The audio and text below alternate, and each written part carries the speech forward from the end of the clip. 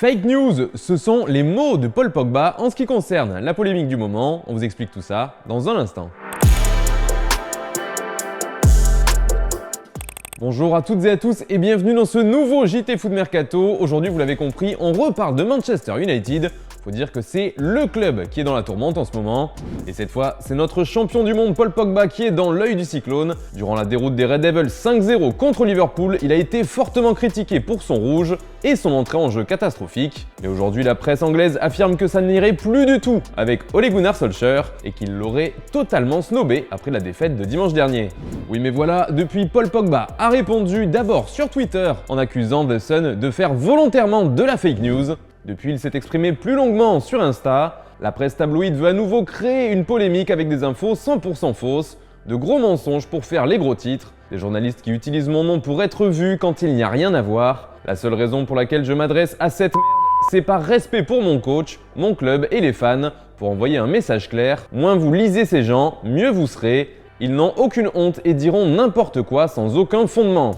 Bon, clairement, Pogba a sorti la sulfateuse, mais malgré cette précision, le climat reste tendu. Et cela ferait particulièrement les affaires du Real Madrid qui veut depuis longtemps signer la pioche. La Casablanca serait très attentive au cas du Français, mais comme cet été, elle n'est pas la seule sur ce dossier puisque le PSG et la Juve suivraient toujours d'un œil le milieu de terrain de Manchester. En tout cas, rien ne semble plus difficile en ce moment de deviner quel sera l'avenir de Paul Pogba. Et bien justement, c'est à vous de jouer les Madame Irma. C'est la question du jour, où jouera Pogba l'an prochain? Comme d'habitude, vous nous donnez votre avis dans les commentaires. D'ailleurs, hier, on vous demandait la future destination de Zinedine Zidane. Eh bien, vous étiez plutôt partagés apparemment. Il y en a qui le voient bientôt en équipe de France, d'autres au Paris Saint-Germain, et même certains qui le voient bien faire les deux dans sa carrière.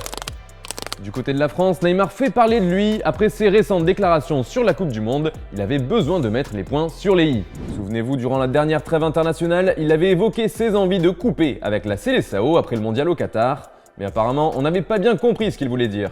C'est en tout cas ce qu'il a expliqué dans un entretien pour Red Bull. Cette Coupe du Monde qui approche, j'y pense comme si c'était la dernière pour moi, parce que je ne sais pas comment sera demain et ce qui peut arriver. Quand j'ai dit ça, c'est un peu controversé. Les gens disaient que je voulais arrêter de jouer au football et que je quitterais l'équipe nationale. Les gens ont compris une chose complètement différente. Je voulais dire que je le vois comme si c'était le dernier.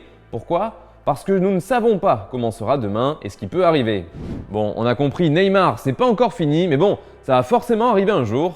Est-ce qu'il sait ce qu'il voudrait faire après sa carrière? Bah visiblement, même en vieillissant, il ne se voit toujours pas sur le banc. Cara, não. Não penso ser técnico. Tô longe disso. Não sei o que vou fazer. Até agora não decidi. E tá meio longe ainda também, né? Vamos esperar mais pra frente. Toujours à propos d'un joueur du Paris Saint-Germain, mais cette fois c'est plutôt pour la rubrique fait divers. On a appris aujourd'hui dans les colonnes du Parisien qu'un membre de l'effectif parisien s'est fait agresser au bois de Boulogne. Il était dans sa voiture arrêté à un feu rouge. C'est à ce moment-là qu'une prostituée est entrée dans le véhicule et en aurait profité pour lui subtiliser son portefeuille ainsi que son téléphone. Et d'après les dernières informations, il s'agirait d'Ander Herrera puisque c'est lui qui aurait porté plainte pour vol.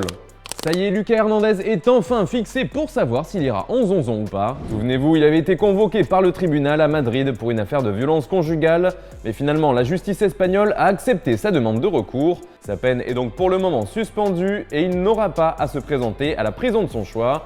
Une bonne nouvelle pour le champion du monde 2018. C'est le premier but de James Rodriguez avec son nouveau club, le Al Rayyan SC. C'est l'image du jour, on vous laisse kiffer.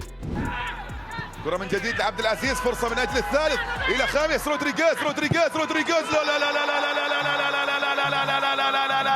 لا لا الله الله الله وخامس في مواجهة المرمى يسجل أول أهداف. Voilà, c'est tout pour aujourd'hui. Merci de nous avoir suivis. On se dit à demain pour un nouveau JT Foot Mercato et on vous souhaite bonne soirée.